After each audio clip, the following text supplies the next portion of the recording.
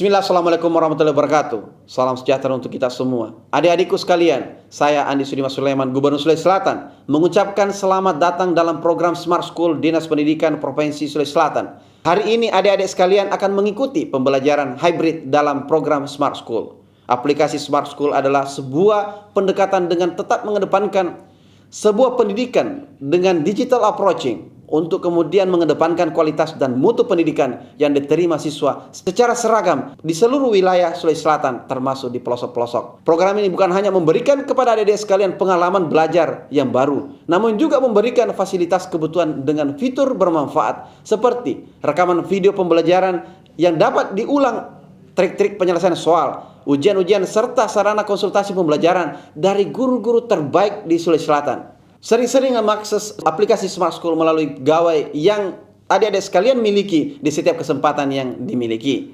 Untuk seluruh adik-adikku sekalian yang saya cintai, saya banggakan, selamat belajar dan semoga ilmu yang didapatkan bermanfaat untuk menambah pengetahuan pendidikan adik-adik sekalian. Salam kita pada salam. Assalamualaikum warahmatullahi wabarakatuh. Salam sejahtera untuk kita semua.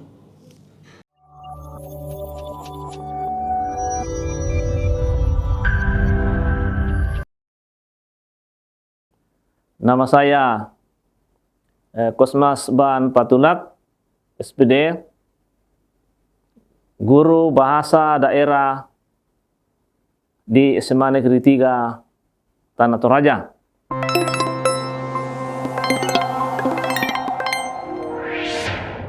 Nah, dalam pertemuan kita pada hari ini Rabu 17 Mei 2023, sebelum saya lanjut membawakan materi ini, laku kuadolo selamat si tamu malik, laku kita solanasang, paiman si dupa kaboro, selamat siria kamarampasan. Assalamualaikum warahmatullahi wabarakatuh. Salam sejahtera untuk kita semua. Dan selamat pagi menjelang siang. Nah, dalam pertemuan kita ini, kita akan membahas, bahkan memahami makna simbol-simbol benda budaya Toraja yang digunakan khususnya di dalam perkawinan di Toraja. Ada banyak yang kita bisa lihat dan digunakan khususnya dalam perkawinan Toraja, tapi kita tidak mengerti makna dari benda budaya itu, ya, yang rupanya menjadi harta kekayaan bagi orang Toraja. Jadi tidak hanya sekedar digunakan dalam suatu upacara, entah itu rambu tuka atau rambu solo, namun itu memiliki arti dan fungsi khususnya bagi orang yang menggunakan di dalam upacara itu. Nah, yang pertama, kita akan lihat adalah kandaure. Nah, ini kandaure yang digunakan di dalam baik dalam upacara rambu tuka maupun dalam upacara rambu solo. Tapi kita tidak mengerti sebenarnya apa maksud atau arti dari benda itu digunakan. Nah, jadi yang pertama kita harus memahami dulu apa itu kandaure.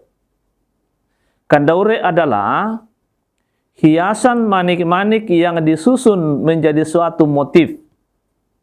Ya, ini kandaure ini terbuat dari manik-manik. Nah, di mana benda ini dipasangkan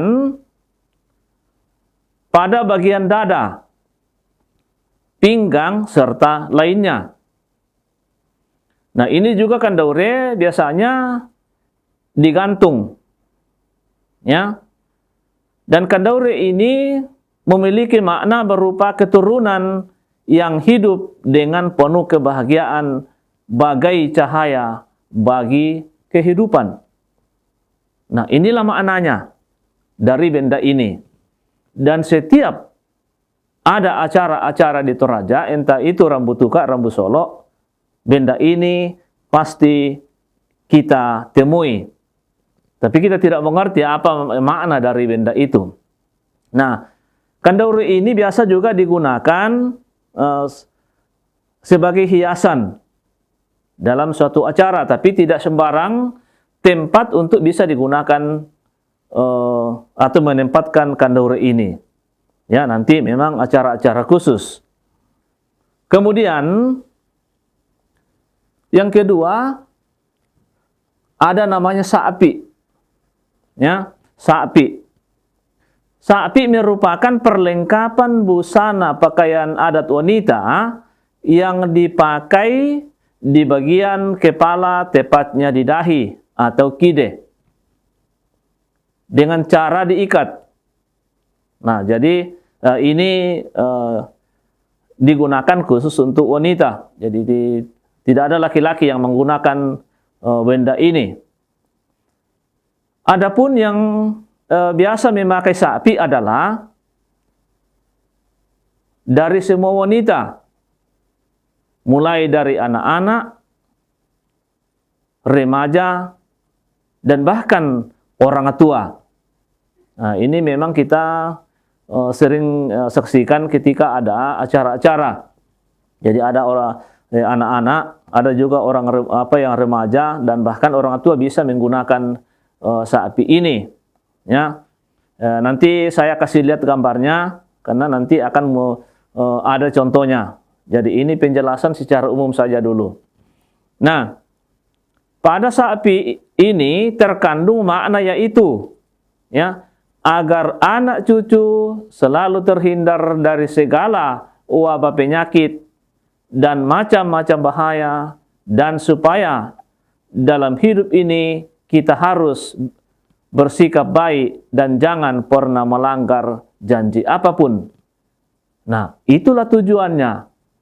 Itulah arti penggunaan dari saapi ini. Jadi tidak digunakan begitu saja oleh perempuan atau menjadi hiasan begitu saja tanpa ada makna yang tersirap atau yang terkandung di dalam benda budaya itu yang digunakan. Nah, yang ketiga, katinti atau anting. Ya, ini juga bukan hanya sekedar digunakan dalam sebagai pelengkap busana, tetapi ini memiliki arti. Ya, jadi katinti atau anting adalah salah satu pelengkap busana pakaian adat wanita yang dipakai pada bagian telinga, yang bermakna agar turunan selalu hidup bahagia bagaikan cahaya perhiasan. Nah, itulah dia maksudnya. Jadi sekali lagi, bukan hanya sekedar digunakan dalam sebagai perhiasan, tetapi itu mengandung makna tertentu. Itu ya. Kemudian yang keempat, ada namanya mastura. Nah, inilah semua dari atas ini benda-benda yang digunakan. Mastura atau ada yang mengatakan masura. Ya, adalah benda yang digunakan pada bagian leher perempuan. Ya, dengan cara diikat. Dengan cara diikat, dan pada benda tersebut terdapat suatu simbol, yaitu Pak Kolong Buku. Simbol Pak Kolong Buku yang mengandung makna bahwa dalam hidup ini kita harus bersikap jujur dan jangan pernah melanggar janji apapun. Jadi hampir sama semua maksud dari perhiasan-perhiasan yang digunakan oleh perempuan itu. Bersama sebuah maknanya. Kemudian sokong bayu. Ya, sokong bayu adalah salah satu dari beberapa perlengkapan busana pakaian adat yang dipakai oleh kaum wanita pada acara rambutuka atau syukuran dan upacara adat rambu solo atau kematian, dan ini dipakai di depan dada dengan cara diikat pada bagian leher. Sebentar baru saya tampilkan itu contoh dari itu ya. Nah, pada sokong bayu ini terdapat sebuah simbol, yaitu pesekong yang mengandung makna agar turunan anak cucu selalu hidup dalam kebahagiaan bagi cahaya dari perhiasan atau perlengkapan busana yang digunakan oleh wanita. Nah, itu ya yang dimaksud dengan sokong bayu. Jadi sebentar saya kasih lihat contoh dari itu ya. Nah, ini penjelasan dari yang tadi. Jadi yang pertama tadi itu sapi. Nah, sudah ada penjelasannya dan makna dari benda itu. Jadi yang pertama itu tadi sapi. Ya. Kemudian yang kedua itu anting. Tadi sudah ada juga penjelasannya. Kemudian mastura. Jadi mastura ini itu yang ada di leher, yang ada tanda-tanda panahnya di sana itu, ya. Jadi yang sapi itu digunakan di bagian dahi di atas. Kalau yang aslinya dari benda ini terbuat dari emas. Pokoknya semua yang aslinya ini berasal dari emas. Jadi sapi dari emas. Itu ya. Kemudian anting juga. Itu sudah jelas dari emas. Kalau yang aslinya. Kemudian mastura atau pastura, ada juga yang mengatakan seperti itu. Nah, jadi itu yang digunakan di bagian leher. Kemudian sokong bayu, ini tadi yang ada di penjelasan terakhir, itu sokong bayu. Nah, itu ada. Ya, sokong bayu. Itu yang ada tanda panahnya di situ, sokong bayu yang digunakan ya. Kemudian berikutnya ambero. Ini yang dililit di bagian pinggang. Ambero.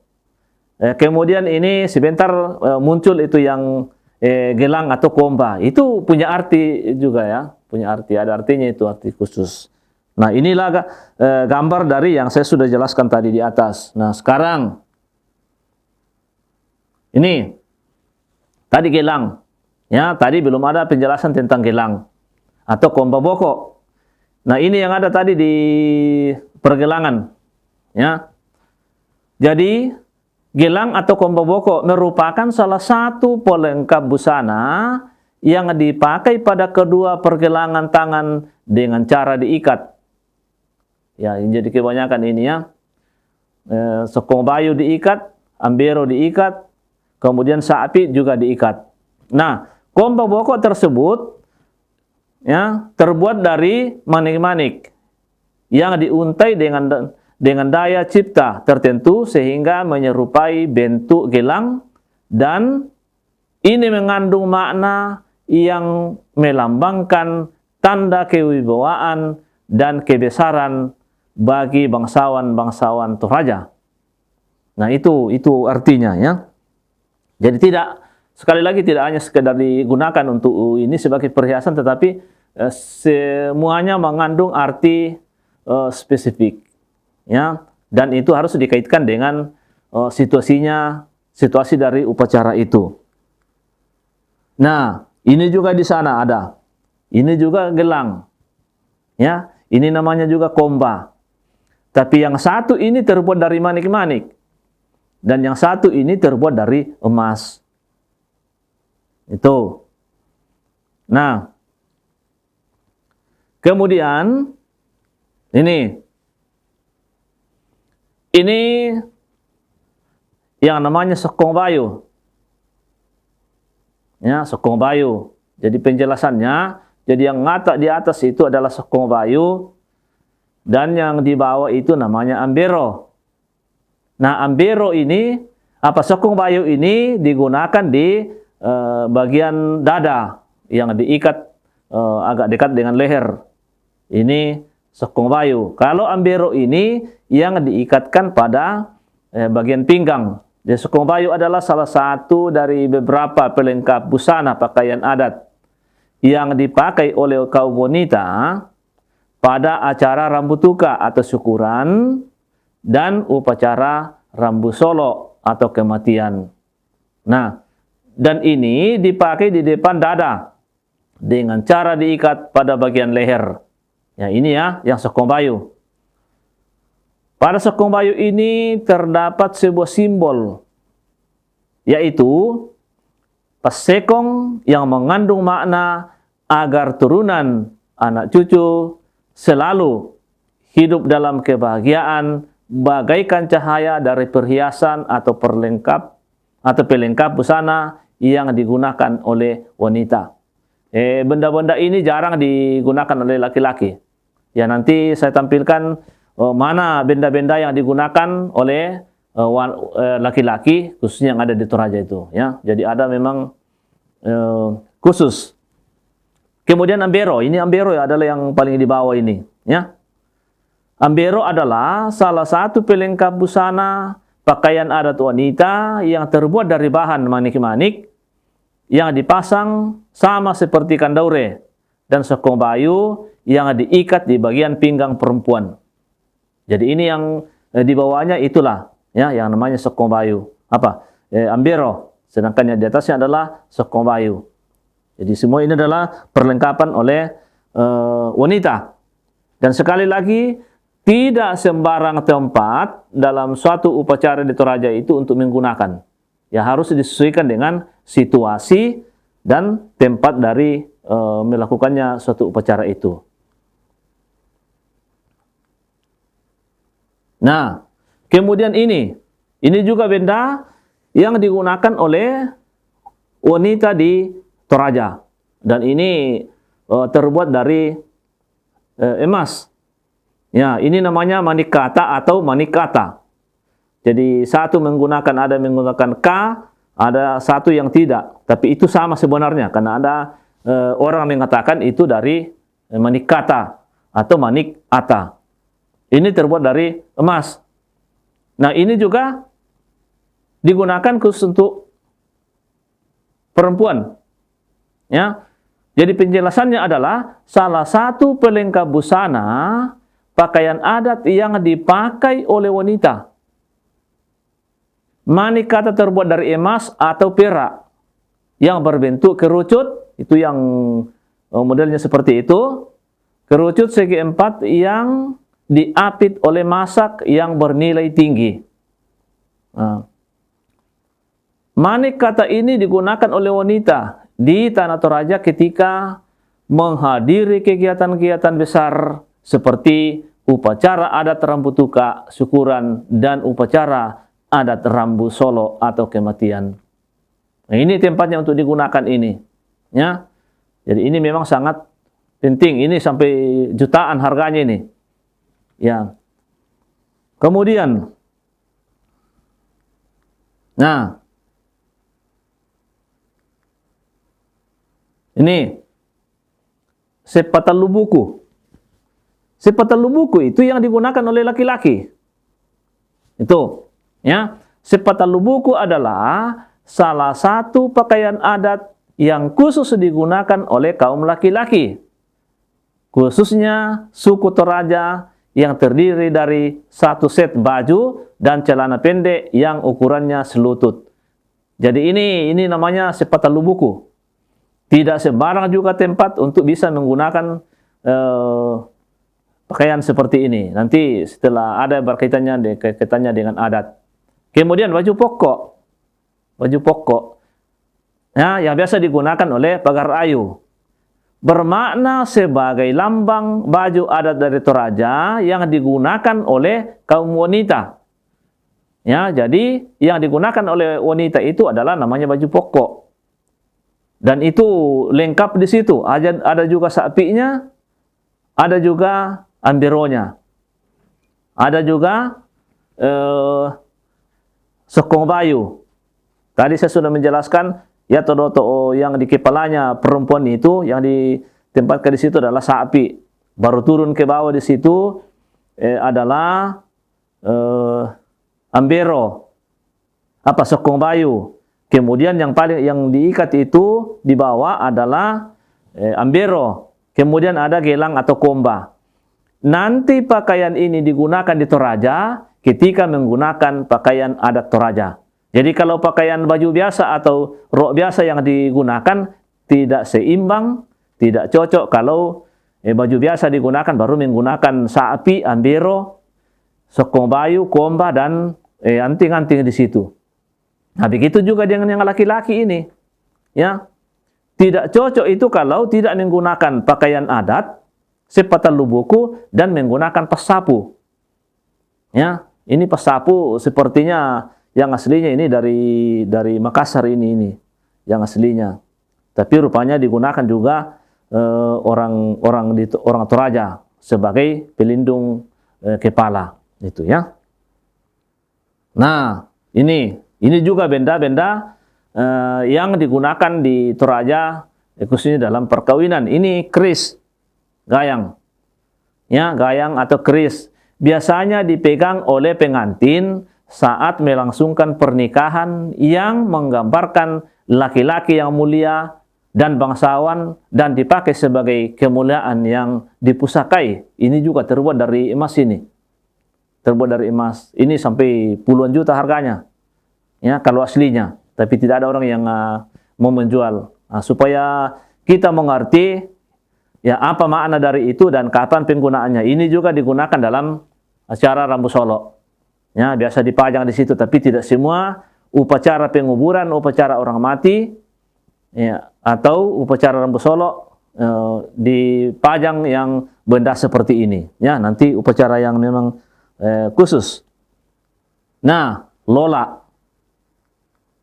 Ini lola. Ini juga benda yang amat penting di Toraja. Lola adalah salah satu hiasan yang berbentuk lingkaran atau bulat yang terbuat dari emas.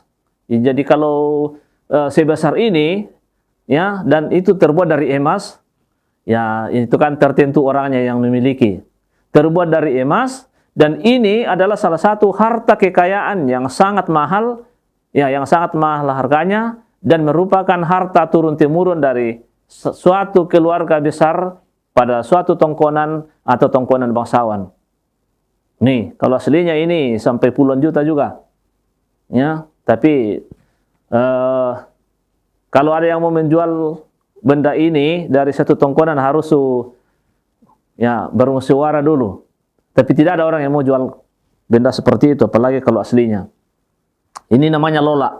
Ya, banyak yang melihat sebagai dekorasi digunakan dalam suatu acara. Entah itu rambu tukar, rambu solok, tapi tidak ditahu apa namanya itu dan artinya apa. Ini namanya lola. Ya. Nah, ini ya, Bano di Longa. Bano di Longa itu yang ada di sana itu. Rumah, berbentuk rumah. Tidak ditempatkan sembarangan di situ. Dalam sebagai dekorasi atau hiasan di orang nikah, tapi mengandung arti. Bano di Longa bermakna sebagai suatu gambaran strata sosial dari calon pengantin, karena itu harus disesuaikan dengan kelas sosial yang bersangkutan. Kalau orang biasa, jangan coba-coba, tidak bisa. Ini ya. Jadi di orang nikah juga kita temui bunga bermakna sebagai lambang apresiasi tentang cinta kasih, ketulusan dan sukacita. Yang mentoto bunga dia, jadi tidak sekedar dekorasi, tapi itu mengandung arti itu. Nah, kemudian ukiran Toraja. Ada ukiran Toraja, entah itu di lumbung di situ di dinding atau di kain, ada di situ ukiran Toraja atau pesurat Toraja. Adalah salah satu kekayaan turun-temurun manusia Toraja ratusan tahun yang lalu yang memiliki makna sebagai salah satu simbol kebesaran keluarga Toraja. Itu ya. Nah, ini tadi. Ini yang ukiran Toraja ya, pesurat. Itu artinya. Ini adalah salah satu kekayaan turun-temurun manusia Toraja ratusan tahun yang lalu. Ya. Yang memiliki makna sebagai salah satu simbol kebesaran keluarga di Toraja khususnya. Jadi tidak semua rumah yang ada di Toraja itu tidak selamanya atau menempatkan ukiran. Jadi ukiran yang ada pada rumah Toraja harus disesuaikan dengan status atau kedudukan seseorang di dalam masyarakat, khususnya di daerah Tanah Toraja. Nah, untuk sebagai akhir dari materi ini, saya mengucapkan banyak terima kasih. Mudah-mudahan dari materi ini ada sesuatu yang diperoleh, dimengerti, khususnya benda-benda yang ada di Toraja yang digunakan dalam suatu perkawinan. Pada moto Kure Sumanga.